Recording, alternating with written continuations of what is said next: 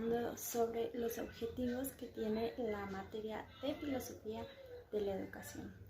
Bueno, vamos a comenzar. Conocer y comprender la importancia de la filosofía de la educación en la formación de educadores críticos. Desarrollar un espíritu reflexivo y coherente con el modelo de la educación crítica, que posibilite la emisión de juicios a partir de tolerancia y diálogo.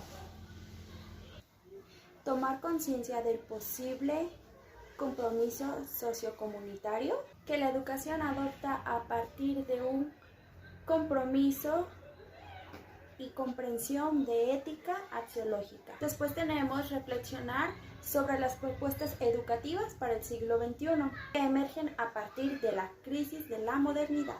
También tenemos el reflexionar sobre la educación humanizadora y la reivindicación de los valores humanos. Y por último, tendríamos el reflexionar sobre la formación docente como actividad reflexiva y crítica.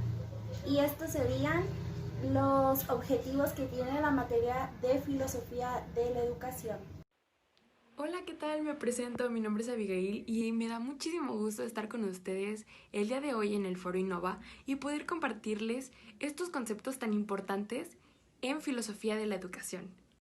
Hablaremos de 6 conceptos. El primero es la filosofía. La filosofía es el conjunto de razonamientos lógicos y metódicos sobre conceptos complejos como la existencia, la verdad, la ética, basados en ciencia.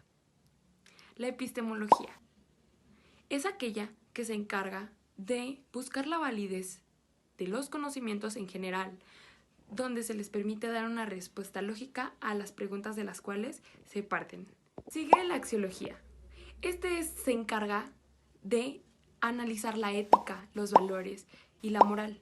Se implementan las reglas y las normas para tener un mejor control de la sociedad. Seguimos con el cuarto concepto, la antropología. Es el que se encarga de analizar la evolución del ser humano científicamente, cultural, social y biológica. La educación, quinto concepto. Es el que guía al ser humano a un razonamiento lógico para obtener un mejor conocimiento a corto, mediano y largo plazo. Filosofía de la educación. Es aquel que se encarga de analizar la relación que se impone entre la sociedad y la educación de la vida humana. Gracias, Abby. Ahora vamos a hablar sobre el tema de filosofía de la educación. La filosofía de la educación es una disciplina que estudia el fenómeno educativo y las teorías sobre el mismo, desde una perspectiva racional, con el deseo de ofrecer una explicación ultimativa sobre la educación humana. Su objetivo propio es el estudio del fenómeno educativo en toda su amplitud, los agentes, procesos y escenarios donde se desarrolla el binomio enseñanza-aprendizaje. Emplea para su elaboración metodologías filosóficas. La filosofía de la educación, como disciplina académico-universitaria, tiene una vida relativamente corta, pero pensadores que pertenecen a épocas y tradiciones filosóficas han formulado ideas filosóficas de la educación. Estas ideas filosóficas se pueden agrupar en 4 grandes tradiciones del pensamiento: la aristotélica, el razonamiento postcartesiano, la filosofía empirista y el idealismo. Ahora vamos con Julio, que nos va a hablar sobre la perspectiva de Platón en la educación. Platón fue un filósofo griego, seguidor de Sócrates y maestro de Aristóteles. Platón decía que la educación es el arte liberadora del hombre, la cual lo va a guiar hacia la verdad. Para Platón, la educación se encuentra vinculada con la presuposición filosófica del cosmos y del equilibrio de la naturaleza. En otras palabras, podemos decir que Platón considera la educación como una rama filosófica. Y esta misma busca el equilibrio entre sociedades y naturaleza, y de la misma manera guiar al hombre hacia la verdad. También una de las más grandes aportaciones de este filósofo fue el tan aclamado mito de la caverna. Para explicar el mito de la caverna, imagina unos prisioneros que toda su vida han sido encarcelados. Jamás han visto la luz del día. Solamente ven hacia una pared y a su espalda hay una fogata.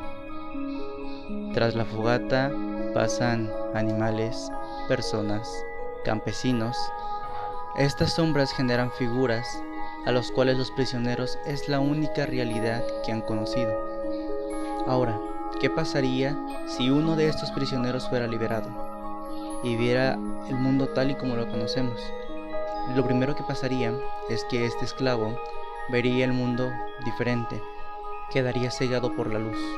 Después de pasar un tiempo caminando por ahí y viendo las majestuosas imágenes, viendo el mundo como es real, volvería a la caverna, pero no como prisionero, sino esta vez en forma de sombra para sus colegas. Al platicarle las hermosas historias de cómo es el mundo fuera de esta caverna, considerarían a este prisionero como fuera de sus casillas, que el liberarlo había sido un error, ya que se había vuelto loco. Les contaría cómo el cielo es azul, cómo los árboles tienen hojas verdes, el cómo hay animales revolando por ahí, y que las sombras es solo una proyección de la realidad. Estos prisioneros, al nunca haber conocido esta realidad, su única realidad absoluta es la que se presenta a través de las sombras. Estos prisioneros, al solamente conocer la verdad que se proyecta a través de estas sombras, consideran a este prisionero que fue liberado como loco y se ponen violentos al no comprender la realidad que este sujeto les está demostrando, les está platicando. Pero esto no quiere decir que dicha realidad sea una mentira, solamente porque unos pocos no creen en ella. Y esta fue la postura de Platón. Hasta aquí vamos a dejar este tema y continuamos con el siguiente. Adelante, Andrea. Gracias, Julio, por cederme la palabra. Les describiré brevemente la evolución educativa desde la época de las cavernas hasta la actualidad. La sociedad se ha ido adaptando a la realidad y la necesidad de cada época. Recordemos la prehistoria, donde la figura materna era el modelo educativo, mientras que el padre enseñaba cómo cazar y los métodos de supervivencia. Después mencionaré Mesopotamia, 2000 años antes de Cristo, centrada en la educación de la lectura y las necesidades del día a día.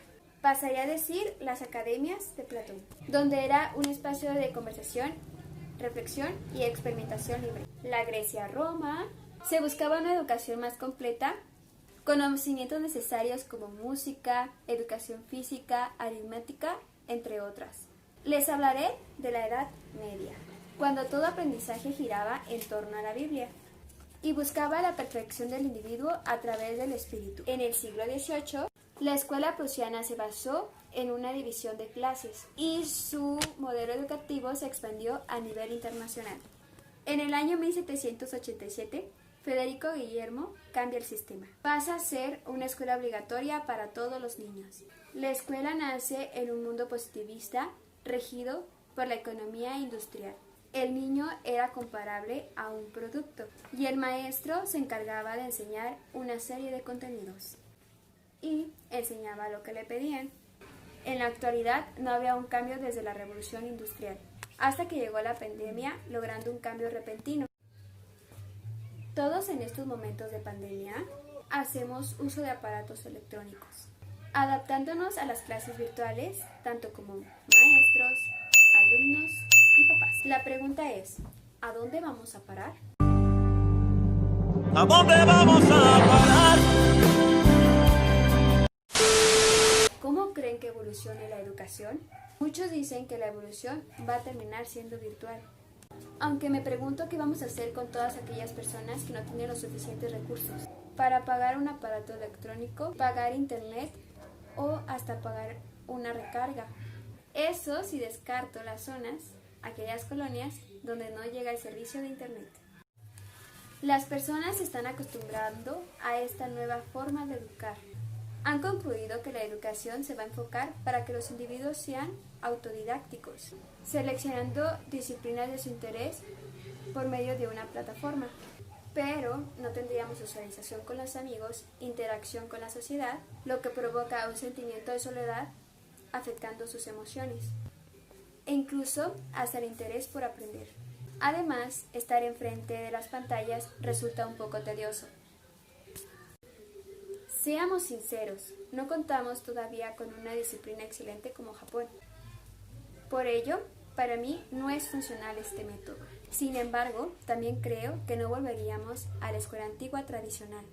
Concluyo con que la educación debería ser más personalizada, donde crea personas conscientes y expandan el interés por aprender. Esta información fue rescatada por estos videos. De mi parte sería todo. Muchas gracias. Le cedo la palabra a Jessica. Bueno, proseguimos. Ahora les voy a hablar sobre los tipos de educación. Son 3 tipos. Sería educación formal, educación informal y educación no formal. La educación formal. La educación formal es la que se lleva mediante una escuela o una institución en donde se tiene un sistema instituido por el gobierno y este se tiene que seguir al pie de la letra. En este recibes un título al finalizar y tiene un horario totalmente establecido. Aquí me gustaría mucho agregar el papel que tiene la filosofía de la educación mediante este tipo de sistemas educativos. Es muy importante el nosotros ser capaces de buscar, investigar, tratar de saber si lo que nos están diciendo realmente a nosotros nos está sirviendo. En pocas palabras, ser una persona autodidacta, nosotros investigar, indagar, hasta que nosotros sepamos si realmente eso que nos están diciendo es verdad. Pues ya que se da mucho que en este tipo de sistemas traten de jugar con nosotros, con lo que nosotros queremos creer, pero ellos nos instituyen algo que pues al final tal vez sea solamente un poquito la verdad y está en nuestras manos el investigar si eso es totalmente real o hay todavía más por escarbar. Después seguimos con la educación no formal. Bueno, la educación no formal parte de la educación formal. Sí está estructurado, pero no necesariamente conduce a un título. Y esta es totalmente fuera del ámbito escolar. Este tipo de educación es totalmente concientizada, ya que la persona es libre de elegir qué es lo que quiere aprender. Bueno, como ejemplos de este tipo de educación serían los centros educativos, talleres como de cómputo, talleres de repostería, talleres para aprender alguna profesión que es totalmente libre de nosotros de elegirla. Después seguimos con la educación informal. La educación informal es aquella que se aprende en la vida diaria, con tus alrededores, podría ser con tu familia, amigos o incluso también muchas veces llega a influir todo lo que viene siendo televisión, radio, que sería todos los medios de comunicación. Esta educación no tiene ningún objetivo ni tampoco tiene ningún método por seguir, tampoco tiene ningún plan estratégico, tampoco horario y obviamente pues no va encaminado a ningún tipo de recibir algún título por ello. Y pues para concluir, esta educación sería más como una enseñanza social. Muchas gracias, Jessica. Pero me gustaría hacer énfasis en cómo influye la educación informal en nuestras vidas. Es aquella en donde los aprendizajes se dan con la familia, amigos y vecinos. Repercute en nuestra vida cotidiana porque es lo que observamos día con día. Es lo que consumimos en las redes sociales, en los medios de comunicación y demás plataformas digitales. Esta educación nos da lo necesario para poner en práctica nuestro pensamiento crítico, para ponernos a reflexionar si lo que estamos observando es algo verdadero, es algo auténtico y de qué manera repercute en nuestra vida diaria. Y continuamos con Mabel. Gracias, Diana. Ahora vamos a platicar sobre un tema muy importante, que es ¿dónde puede trabajar un pedagogo?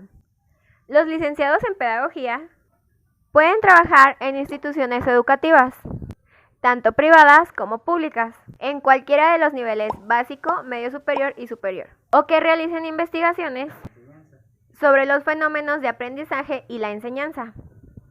Adquieren conocimientos, habilidades y aptitudes que permiten al futuro profesional de la educación diseñar, conducir y evaluar los procesos educativos de forma autónoma, reflexiva y argumentada.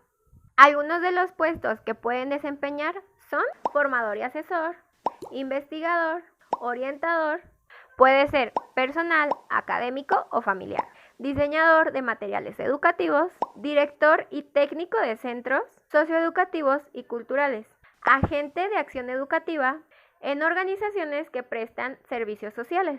Bueno, y ahora vamos con Alondra, que nos tiene un tema muy interesante. Gracias, Mabel. Ya vimos cómo interviene un pedagogo. Pero ¿qué les parece si nos vamos hasta 1921?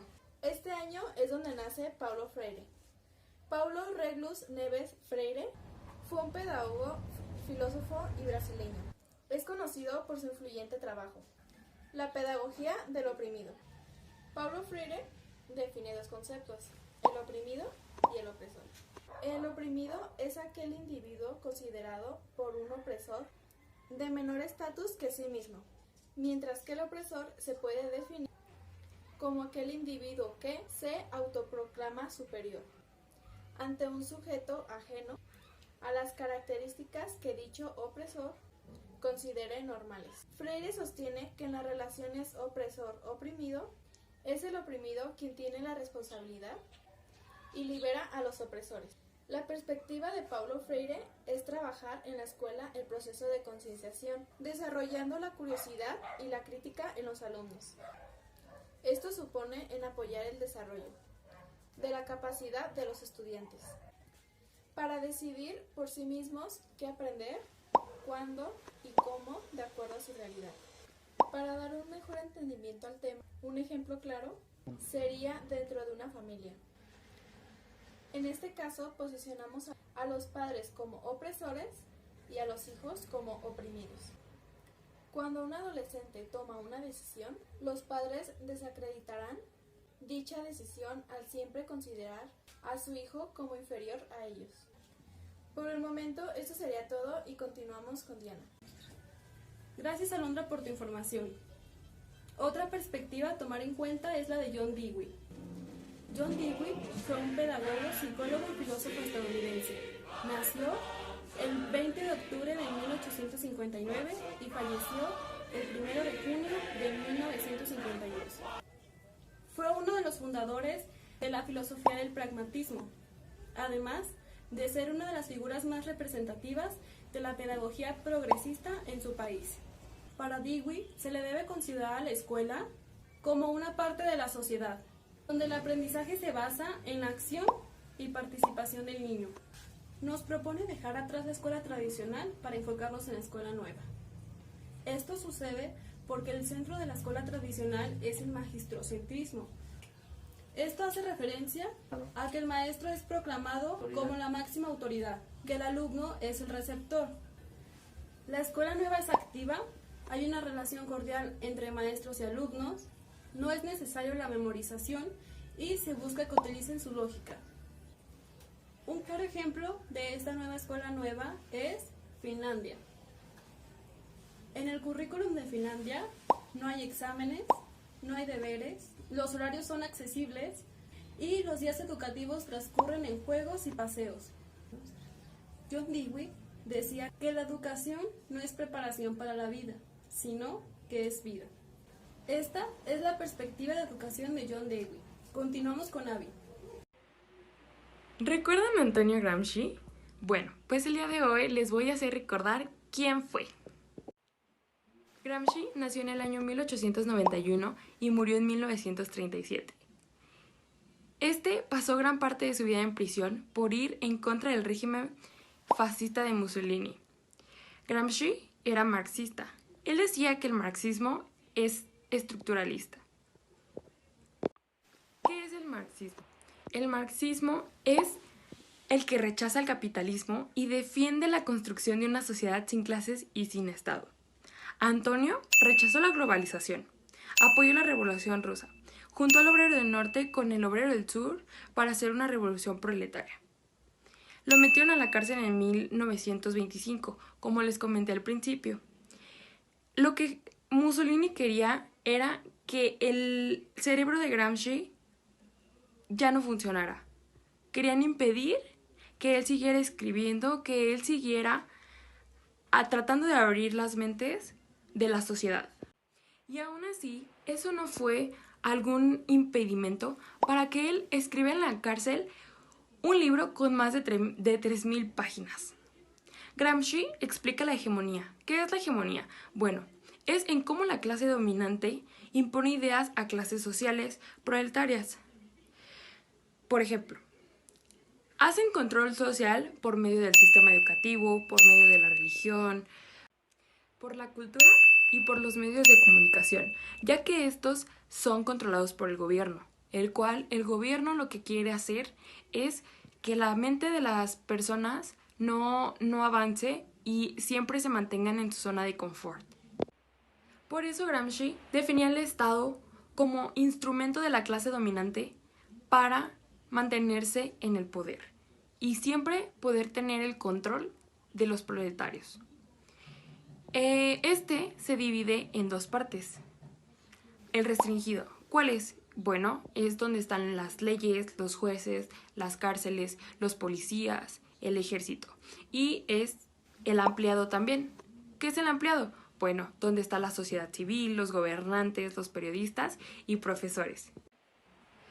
Gramsci nos deja como moraleja que siempre debemos de luchar para salir de nuestra zona de confort y no permitir que el gobierno tome nuestras mentes y nos haga como ellos quieran, sino debemos de ser unas personas que tengamos una razón coherente y siempre tratemos de salir adelante. Como pedagogos, nosotros tenemos el deber y la obligación de hacer planificaciones donde tratemos de sacar a los alumnos de esa zona en la que se encuentran. Otra perspectiva a tomar en cuenta es desde Pierre Bourdieu. Pierre Félix Bourdieu fue un sociólogo francés, uno de los representantes de la época contemporánea. Su mayor aportación fue la teoría social. Esta teoría hace referencia a que el conocimiento se adquiere dependiendo del campo social en el que te encuentres. Bourdieu concibe taxativamente a toda acción pedagógica como violencia simbólica, en la medida que ésta está destinada a imponer, por medio de un arbitrario o autoridad escolar. El rendimiento académico está fuertemente vinculado al origen social del alumno, ya que las familias no llegan solo a sus bienes, sino también el llamado para Bourdieu capital cultural, que son modos de expresarse y conocer. La escuela presupone que los niños deben de traer desde su hogar la educación, y que muchas veces no es así. La escuela no enseña, pero exige creando lo que se le llama violencia simbólica. Esta es usada como estrategia de dominación en las escuelas. Y, para finalizar, Bourdieu considera la formación enciclopedista como el enseñar una gran cantidad de asignaturas y tratar de explicar lo más que se pueda de cada una de ellas. Se privilegian las asignaturas básicas y dar el conocimiento más importante de forma concisa, imponiendo el saber con la autoridad escolar. Esta es la perspectiva de Pierre Bourdieu y continuamos con Mabel. Gracias, Alondra. Ahora vamos con un tema muy interesante. ¿Ustedes han escuchado hablar sobre la teoría crítica? Bueno, la teoría crítica es una propuesta de enseñanza que intenta ayudar al estudiante a cuestionar, además de desafiar la dominación, las creencias y las prácticas que la generan. En otras palabras, es una teoría y una práctica, praxis, en la que los estudiantes alcanzan un pensamiento crítico. Y Bernas menciona que las ciencias empíricas analíticas utilizaban el método de razonamiento técnico, señalado por Aristóteles, reconociendo sus características y afirman que esta forma de ciencia está girada por un interés técnico. Emplea lo que Aristóteles llamaba formas prácticas del razonamiento. Las ciencias sociales críticas pretenden crítica, ideología, organización, ilustración y la ilustración de grupos sociales en la sociedad.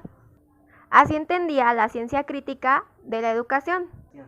No ser una ciencia sobre la educación, sino para la educación. Bueno, y ahora continuamos con Jessica.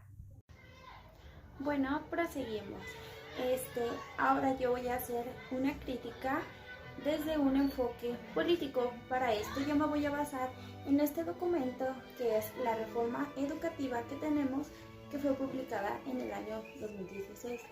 De verdad, esta reforma está muy interesante, está muy bien redactada tiene muchos puntos pedagógicos muy importantes a tomar, pero por eso decidí hacer una crítica sobre esto y adelante voy a hablarles un poquito sobre el porqué. Bueno, comenzando, esta reforma está diseñada y está estructurada de una manera que se asemeja mucho a la escuela nueva que proponía John Dewey, en donde había una relación entre alumno y maestro, una educación adaptable que no es memorístico y también una escuela más activa, e incluso se refiere a que según eso desde el preescolar se iba a fomentar el pensamiento crítico y reflexivo, a lo cual, bueno, desde mi punto de vista, yo tengo un hijo, tiene 6 años, él ya cursó el preescolar y bueno, se supone que desde el 2016 ya está publicada esta reforma. Para ahorita que estamos en 2020, pues tal vez ya tuvo que haber sido por lo menos un poco echada a andar, se puede decir. Bueno, en mi experiencia yo les puedo decir, él estuvo en un kinder preescolar público y para nada fue ese tipo, ni adaptable, ni relación, nada de eso. De hecho, no se asemeja nada a lo que dice esa reforma. Y yo estuve en preparatoria y también en preparatoria yo no recuerdo para nada que sucediera eso. De hecho, yo estudié una licenciatura en UDG, no la terminé, pero comencé y tampoco para nada se hizo eso. Y después, hasta que entré a la UPN, ya fue cuando en la materia de filosofía de la educación me empezaron a inculcar un poquito más ese pensamiento crítico que creo yo que es demasiado importante para todos en nuestra vida, en todo momento y para todo. Creo que la educación sigue igual, si pensamos hace muchos años atrás, creo que no va a haber ninguna diferencia a la educación que se está viviendo hoy en día. No hay ese cambio, o sea, qué padre que tengan plasmado una reforma donde se explique cuántas cosas de verdad, es como una propuesta fabulosa, pero fabulosa para que sí lo pongan en pie. Y la verdad es que no lo hacen así. Esa reforma no se ha puesto en marcha, por lo menos a mi experiencia. Yo, en mi opinión, creo que no lo ha hecho y creo que hace falta mucho el interés por parte del docente.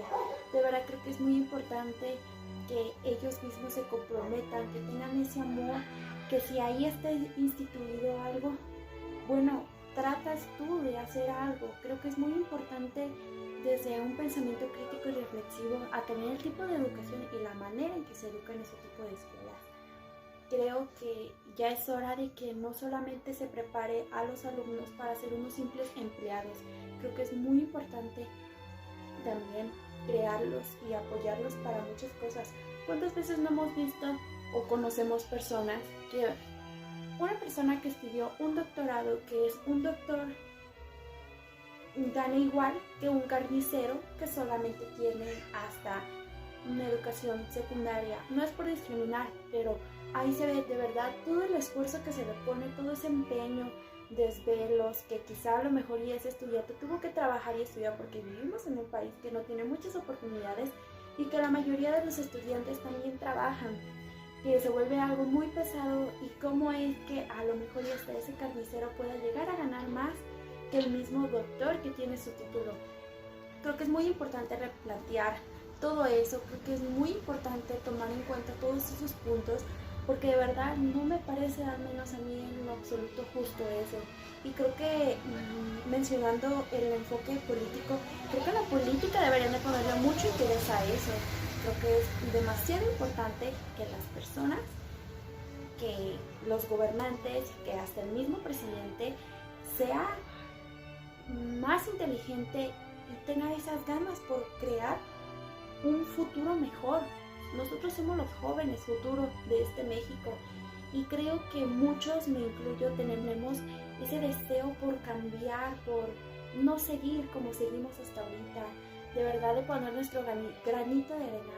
En lo personal, yo me estoy preparando para ser educadora, a mí me gustaría mucho ser maestra, para mí es muy importante y creo que yo voy a tomar mucho en cuenta el sí ser e incluir ese pensamiento reflexivo y crítico que creo que necesitamos todos en esta vida para todo, porque de ahí se abre tu mente y puedes hasta llegar a tener un conocimiento y un aprendizaje muchísimo mejor, y no solamente de quedarnos con lo que siempre nos dicen los maestros, no, aprender a ser una autodidacta, de verdad creo que nos ayudaría muchísimo y sería un gran paso para dar en este México que realmente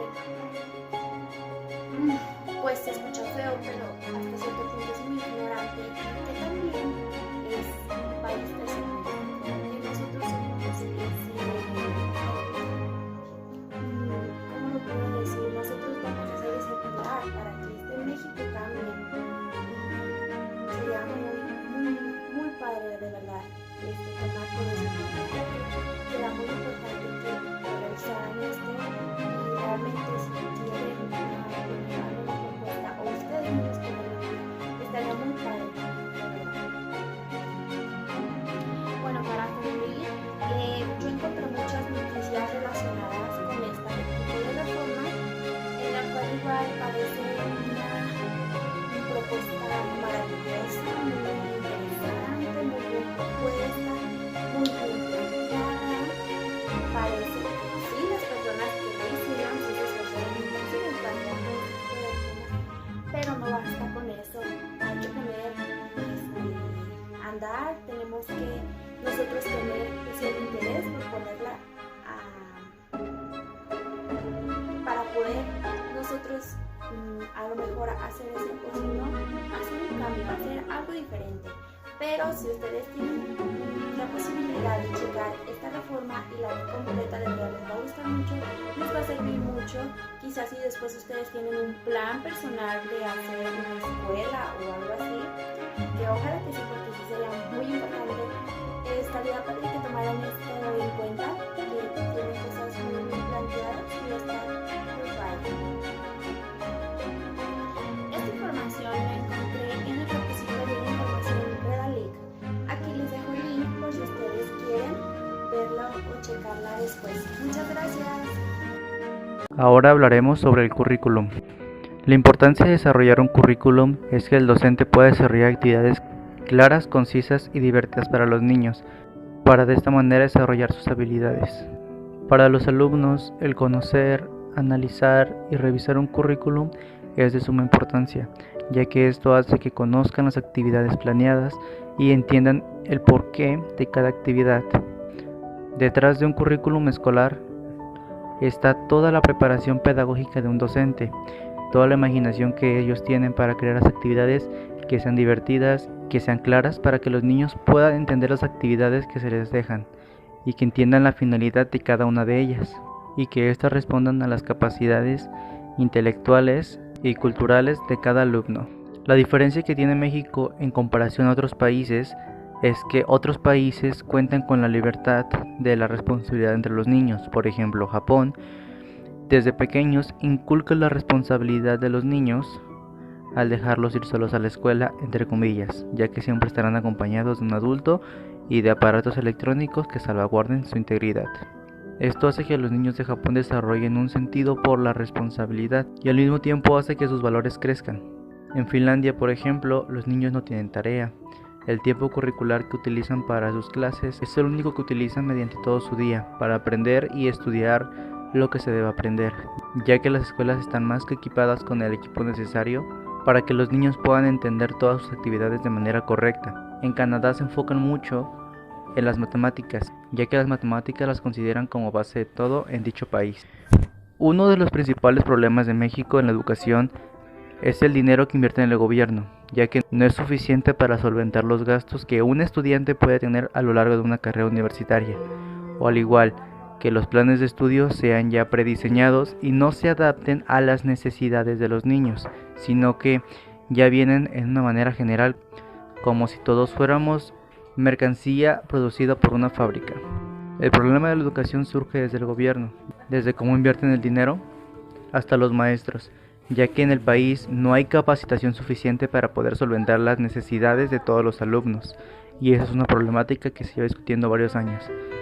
La educación debe ser gratuita y el gobierno no invierte lo suficiente en la educación de los niños y de los jóvenes. En muchas de las ocasiones las competiciones son pagadas por sí mismos en lugar de que el gobierno otorgue becas a las personas realmente necesitadas.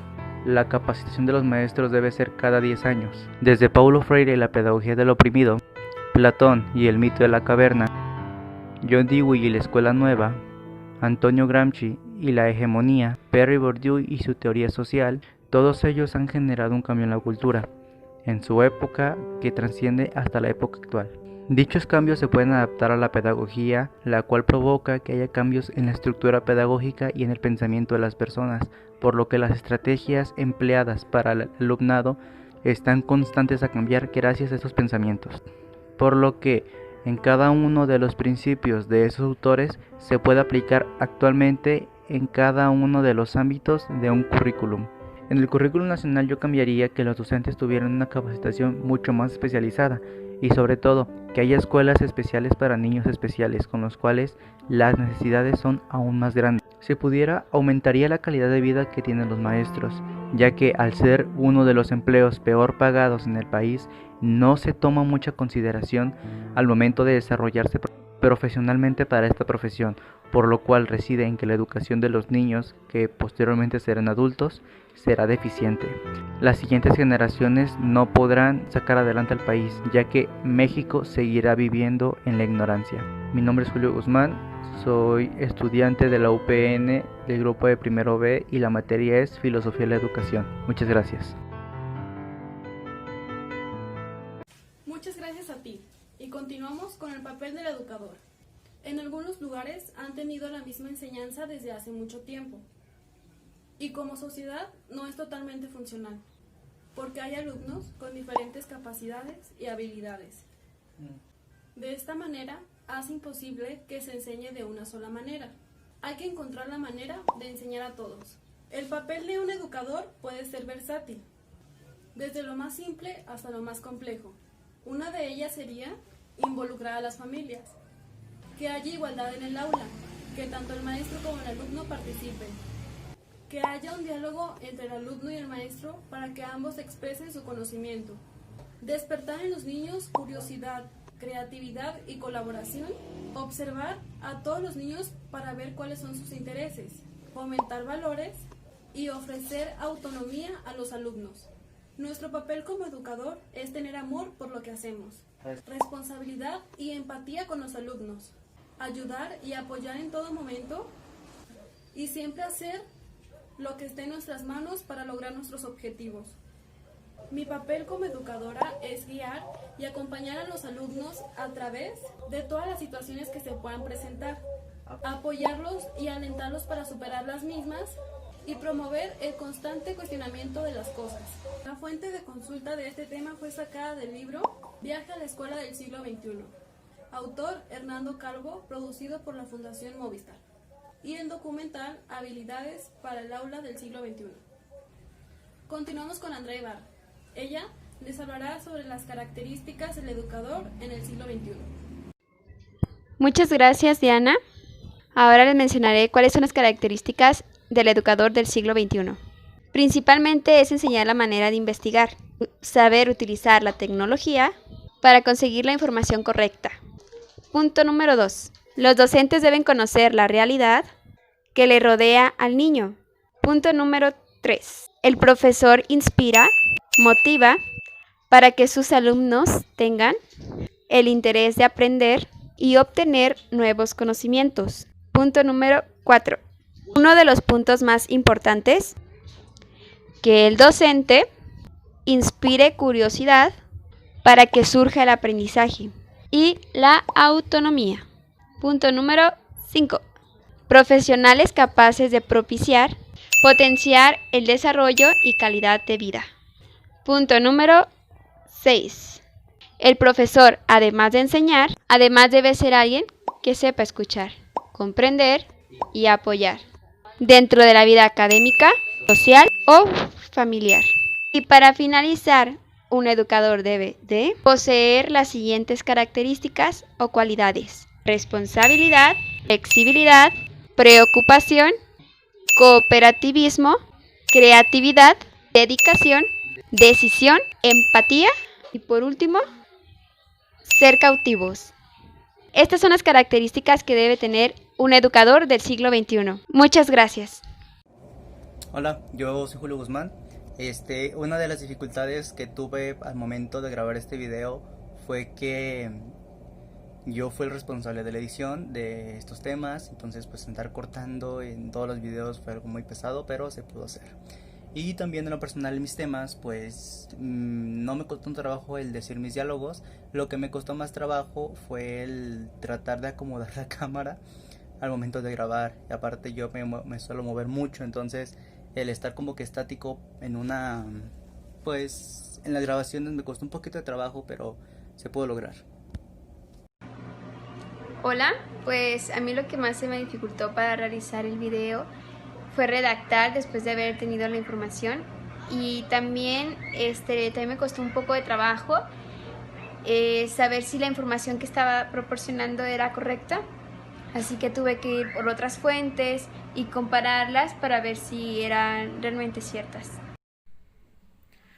Hola, mi nombre es Diana Karina Rubio Corona y algunas de las dificultades que tuve al grabar el video fue que comúnmente yo hablo muy rápido, entonces tuve que hablar más pausadamente y algunas cosas se me olvidaban al hablar pausado. Pero en general no hubo muchas dificultades por mi parte, fue un buen ambiente de trabajo. Hola, mi nombre es Abigail y pues quiero darle las gracias a mis compañeros, a mi equipo Innova, por todo lo que hicieron por mí este semestre. La verdad es que sí presenté muchísimas dificultades para poder pues grabar el video, ya que yo no lo grabé junto con ellos. Lo tuve que grabar desde mi casa porque pues estaba embarazada y la verdad yo vivo al otro lado de la ciudad. Se me dificultaba bastante ir porque pues ya tenía 7 meses, 8 meses, no recuerdo. Y pues a veces mis papás no me podían llevar hasta allá o no me podían recoger. La verdad se me dificultaba bastante y luego pues me alivié y tenía que volver a grabar un video que el fondo no era el adecuado, pero pues gracias a ellos pude terminar mi video y pues bueno, yo también me esforcé bastante para que este proyecto también pudiera salir adelante, en cuestión de que a pesar de que era pues pesado el traslado, las veces que podía iba, pero todo se lo debo a mis compañeros. Muchas gracias. Hola, yo soy Jessica Alejandra Ramírez Campos. Yo les voy a decir como un poco de las cosas que se vivieron durante el proceso de grabación de este video. Yo creo que con nuestro equipo se armó algo muy padre. Todo el tiempo hubo como mucha comunicación, llegamos a acuerdos muy pronto, no hubo ningún problema en cuestión de repartir temas ni de ese tipo. En lo que hubo un poquito más de conflicto fue en el asunto de como el juntarnos en un punto para hacer las grabaciones, hasta que ya al final pues se resolvió, lo hicimos en mi casa. Todos nos cooperamos para comprar un aro de luz para que nuestros videos se vieran un poquito mejor. Hicimos un escenario y todos participamos muy bien. Yo me quedo con una experiencia muy grata de haber hecho este trabajo con mis compañeros de equipo. Todos hicimos un gran trabajo, todos pusimos lo mejor de nosotros para que este video quedara lo mejor posible y con muchos aprendizajes también en cuanto a la materia y muchas cosas que nos deja el realizar este proyecto. Muchas gracias. Hola, mi nombre es Alondra Berrios Gómez y las dificultades que yo tuve al hacer el video es que yo soy una persona que habla mucho o hablo muy rápido. Soy una persona que hablo muy rápido y a veces no se me entiende lo que digo de tan rápido que hablo, pero y cuando hice el video, pues sí era que tenía que hablar despacito y claro para que se me entendiera lo que iba a decir. Entonces sí me costó varios trabajo hablar despacito y claro para que se me entendiera. Otra cosa que se me dificultó es que yo soy una persona que me muevo para todo me estoy moviendo, y cuando hice el video que tenía que estar quieta, sí de repente yo me movía y ya yo captaba de que me estaba moviendo mucho y ya decía no, o sea, ya. Y esas fueron como las dificultades que tuve al hacer el video. Hola, pues soy Mabel García. Estoy en el trabajo. La verdad, ese trabajo me gustó mucho. No pude convivir con todos mis compañeros como yo hubiera querido.